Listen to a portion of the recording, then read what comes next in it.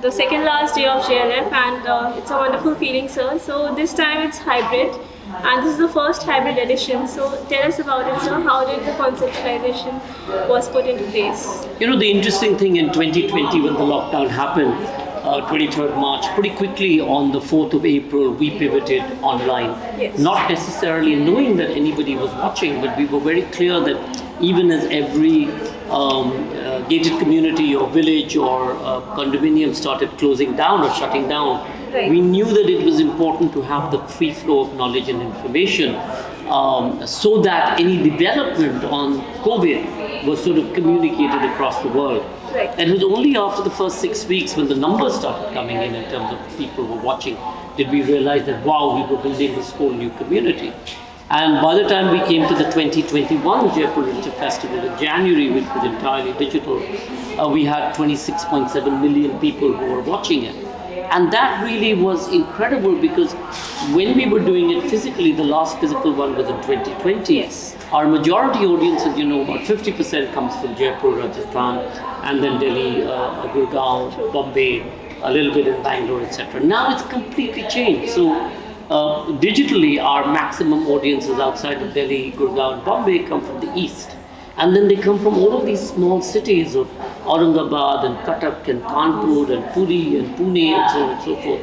And internationally, again, it's completely changed. So earlier on ground, it used to be USA and UK and then Australia and Canada and all of the English-speaking countries. Online it's still USA, UK, but third and fourth is China, Germany.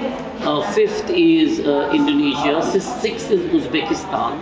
And then you have Saudi Arabia, I think 9th or 10th or 11th, whatever. So the audience profile for us has changed.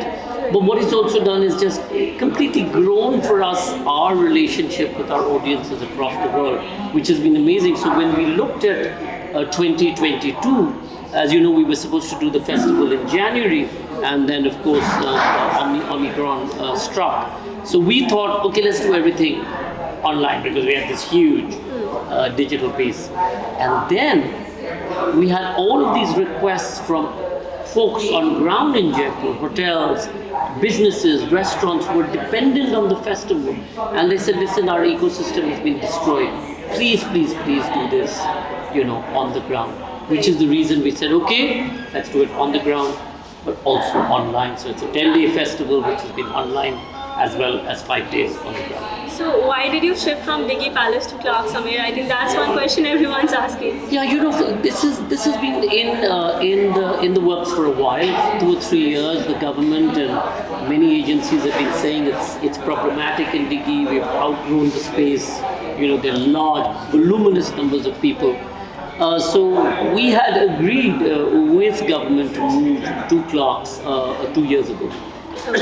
So even 2021, if it had happened, it would have happened in at Clarks. So it was a move. Remember, we've already were in Clarks with the music stage. So it's not that Clarks was a new space for us. And then we said, right, so if there's going to be, because of the break of the year, it allowed us to reinvent what this on-ground festival would be. And I think apart from the pain of separation, it's also allowed us different spaces. Can you imagine if all 4 spaces were in the outdoors right now in March? Whereas at least we've got 2 spaces which are, air-conditioned and slightly more comfortable than the heat outside. So going forward, it's going to be Clark Samir? Yes, going forward certainly in the near future, we're going to continue. Next year will be very much in Clark Samir, yes. But sir, do you think that a hybrid festival would also reduce or impact the footprint, the footfall in any way? We are hoping that it does. We are hoping that people choose to watch online. Because remember, I think what people forget is that everybody who comes through into our festival physically costs us X amount of money, right? They'll pick up, we do a badge, you have to register, you get a website, you have to come in, you get zapped as a security, you find a chair, you have to get a all of this costs money. Yes. And we were in a situation where 500,000 people were coming through our doors, but we weren't necessarily being able to pay for it in that way. So I think digital allows us that opportunity to also grow, because obviously in Diggy we had to now then start degrowing. I mean, our conscious effort in 2020 was, can we reduce it by 100,000 people? So we stopped registration in December of 2019 to be able to contain the number of people. Here, you don't have to do that. You can have as many hundreds of thousands of people online, which is what our aim is. Can we get to 20 million views for the 2022 festival? And you can't get 20 million people into this space. So, it's a huge opportunity, we think. And for the first time, the festival is also not completely free of cost. Well, the online is completely free. Yes. The on-ground is not free because we were conscious that we had put a breaker in place so that every time you cross 10 or 12,000 registrations in the day, the break would sort of not allow you to register anymore. But typically, 40% of people who register for free don't show up, or 30% don't show up, or whatever. Here we were very conscious that we wanted everybody who booked for that day to show up, so it didn't deny somebody else that opportunity. True. So we said, whatever, 200 rupees or 100, or watch it free online. Right, sir. So JLF has already gone global. So are you planning to also take the festival to other parts of the country? Well, not JLF, but it could be some. Yeah, well, we have the festival of ideas be inspired, which is what we've been taking to different parts of the world. We have been in talks with other festivals who obviously had inspiration from us, who've been very keen to collaborate or for us to look at, taking them on. Let's see. We've always been very enthused about doing something down south, because the costs of people from the south to travel up here is always problematic.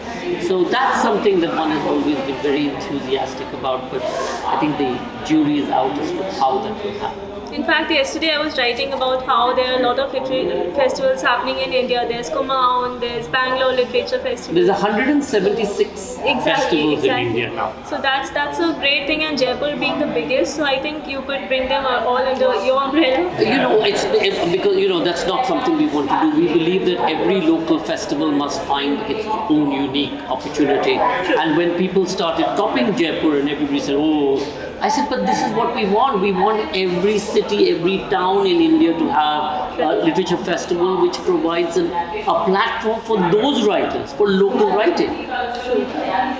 So what would you like to talk about the Soneva Fushi initiative? It's one of its kind and it's happening for the first time. So how did you conceptualize it? So Soneva Fushi was entirely by accident. So Shobha Day called me one day and said, as usual, you don't take anybody's call. Can you please take this call? And we fixed up a call to speak to Sonu Shivdasani and Eva Shivdasani from Soneva Fushi. Sonu had created the Sixth Sense brand and then sold it. And then 20 years ago, they built up this. Now, I had no idea about Soneva Fushi, etc. And I wasn't necessarily, the Maldives wasn't necessarily high on our list of a strategy. But Sonu said to me, he said something very interesting. He said, come and have a look. And then in 2021 January, when I went out there, was completely sold because it's such a pristine place. That's one. The heightened design, the food, the recycling, the aspect of just being able to center yourself. It's very meditative and it's very naturalistic. And our thing is that, the Jaipur Literature Festival or JLF doesn't have a bespoke event. So this will be one of our first bespoke events that we do. But we also believe that it's an opportunity for a different kind of audience to come together to listen to their favorite authors and perhaps also debate and discuss ideas and thoughts and innovations and look at the planet in a slightly different way. Right, sir. So any learnings from this year that you would like to carry forward to next year? I think huge one is, of course, digital or hybrid, as you said, is here to stay. That there's no going back on that. It's too large a community. I think the other thing that's here to stay is us beaming in people from across the world or not being able to come here. Earlier, an author used to say, no, I can't come, or I'm not well, or whatever. We used to say, we really love you, but that's okay. now we have this opportunity of doing it in a way that seems to have worked. Not entirely just only beamed in, but having physical and digital. I think the other thing that's worked is this the opportunity to have a slightly different kind of programming. So next year you'll see that we will be back with a lot more children's programming, which is obvious because young people are missing this year. True. Hopefully they'll be back next year. That again will be an opportunity. Alright, that would be it, sir. Thank you so much. for your Thank time. you guys. I hope you all have enjoyed the festival. Yes, we love it.